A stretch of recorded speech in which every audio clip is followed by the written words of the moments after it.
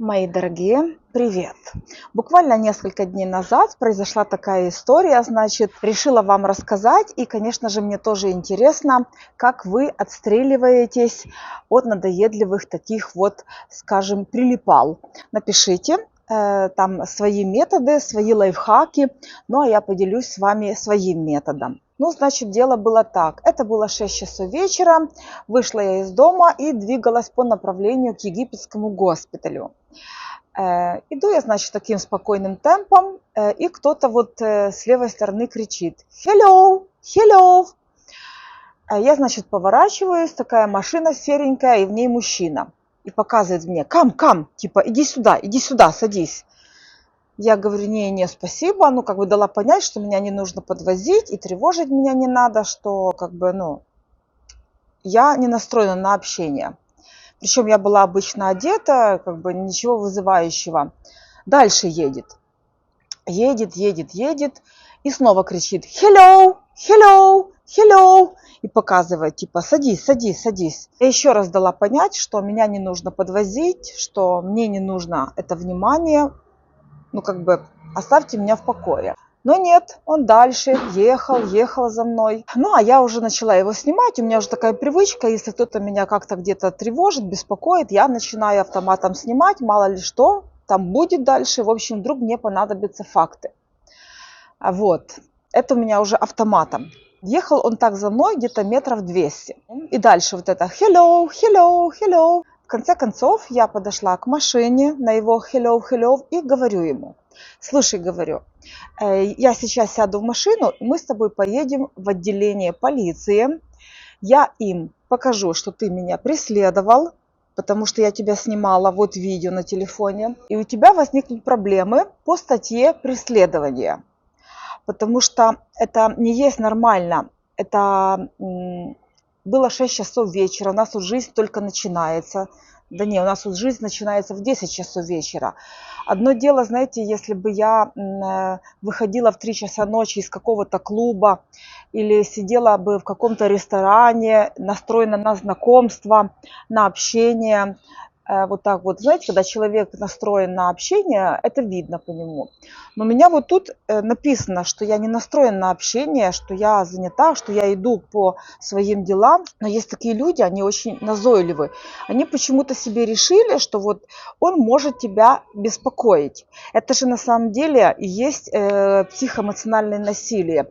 Вот у нас в наших странах есть статья, там, значит, 15 суток, либо сначала предупреждение, а потом дают 15 суток и штраф. Ну, как-то вот я сейчас точно не помню, но вот эти статьи за преследование, они есть во всех странах. Вот.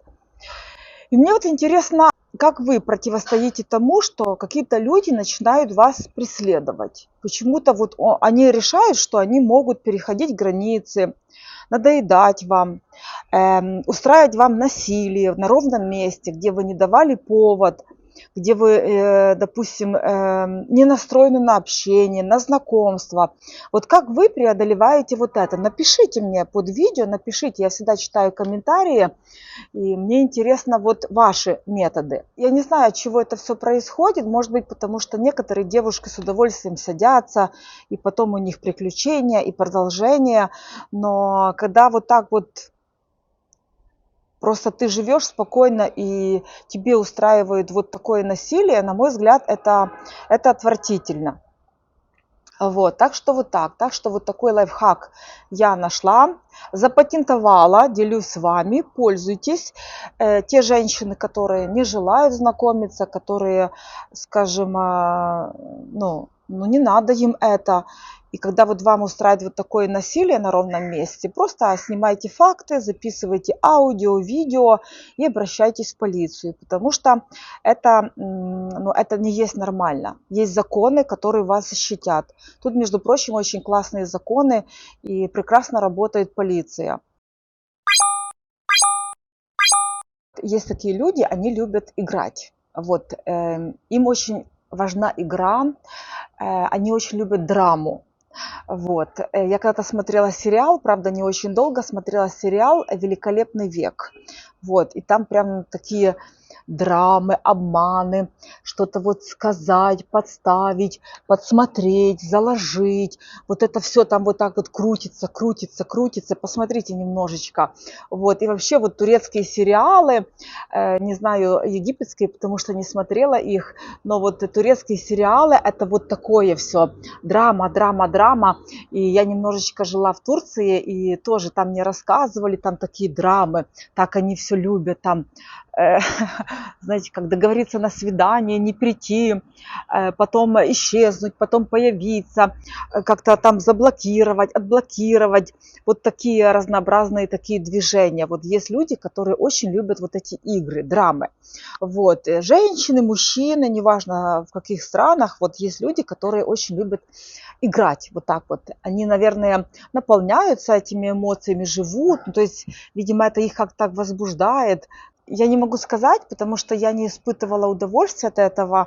Я люблю договариваться, спокойно решать какие-то вопросы. То есть, ну, от слова совсем. То есть это мне не подходит, но есть люди, которые с удовольствием это любят, кстати, да. В наших странах тоже очень такие вот любят игры делать. Когда я жила еще в Московской области, у нас там работала девушка администратором.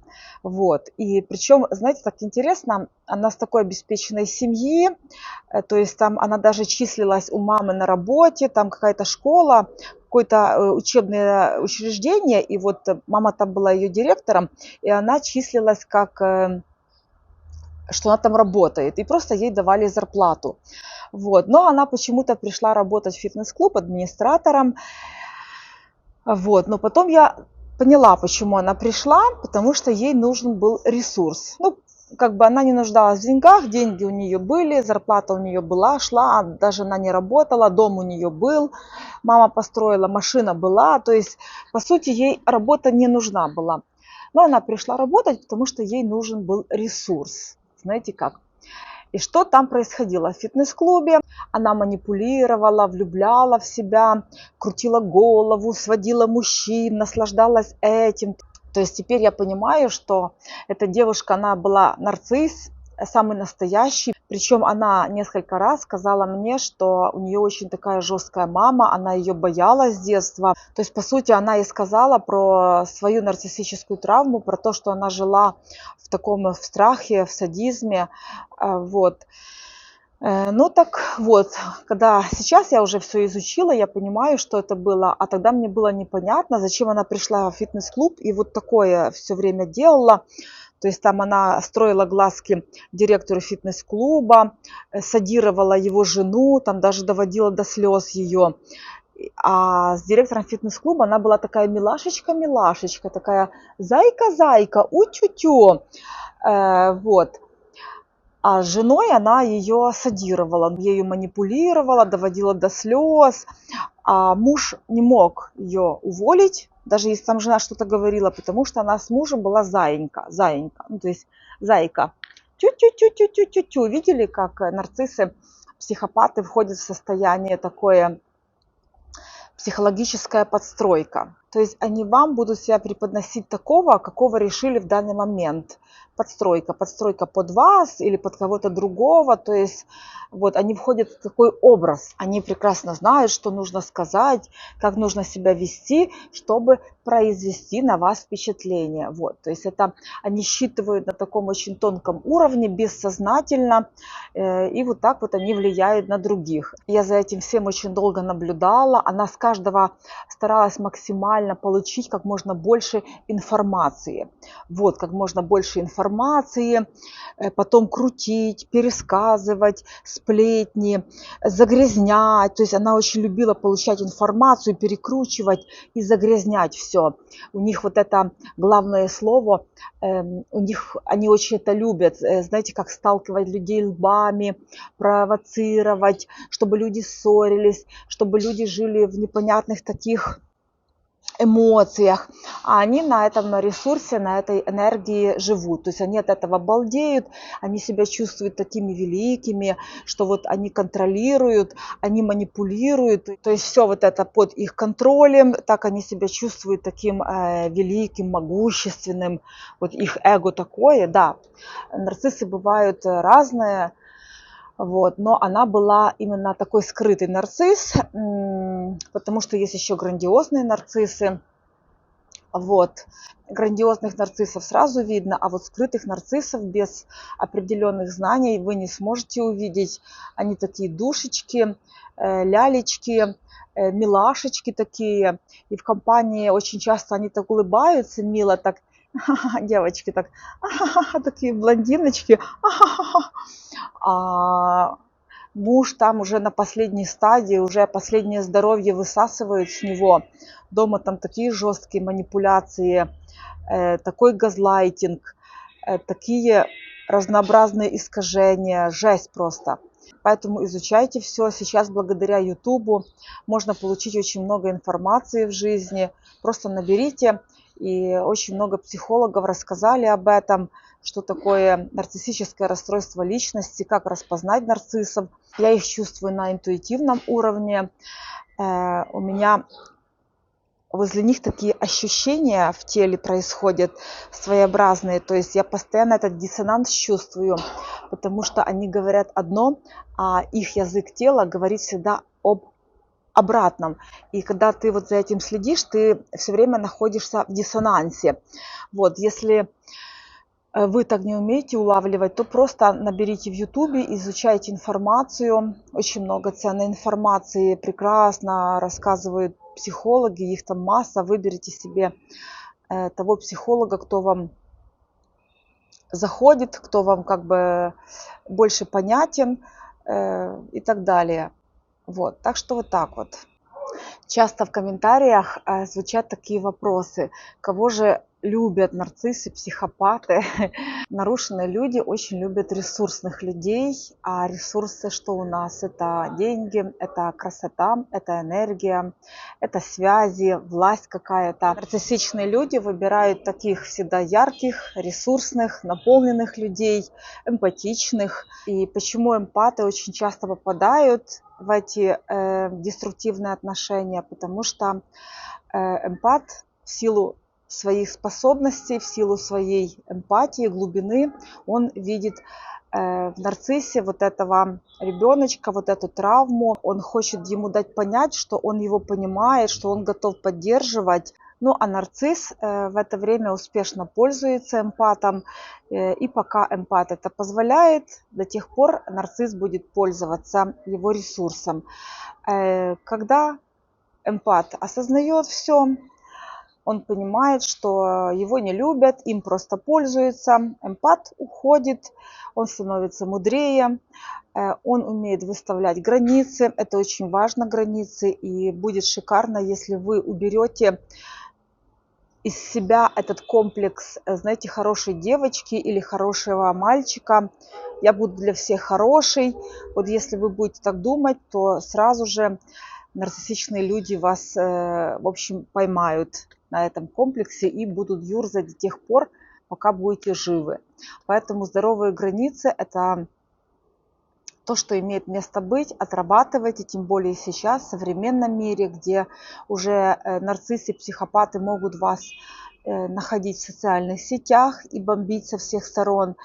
Так что, пожалуйста, учитывайте эти все знания. Умейте сказать «нет», умейте послать непорядочных людей, которые пришли в вашу жизнь, чтобы разрушать вашу жизнь, чтобы портить вас, чтобы ломать вас. Да, потому что нарциссы, психопаты выбирают ярких, интересных личностей, и когда они их ломают, портят, уничтожают, они этим наслаждаются, они как бы воруют ваш характер, ваши ресурсы, вашу сущность красивую, вашу душу. Поэтому берегите себя, выставляйте границы, отталкивайтесь от того, что вы в данный момент чувствуете. Если рядышком ваши люди, то вам просто очень хорошо жить. Вам просто хорошо, мужчина это или женщина, с вашими людьми все понятно. А когда у вас возникает такое чувство неизвестности, нелогичности, неопределенности, вы начинаете много думать и много говорить об этом человеке, то, дорогие друзья, с вами деструктивная личность, и вам нужно заканчивать отношения жестко, беспринципно. Если вам нужна помощь специалиста, обращайтесь. Если вам уже тяжело как бы закончить, вам нужна поддержка, обязательно обращайтесь. Психологов в жизни достаточно. Поэтому, ну вот, как-то так, дорогие мои друзья. Любви вам, счастья, благополучия. Будьте успешны, будьте здоровы, будьте богаты. И берегите свой ресурс, свое время, которое уходит безвозвратно.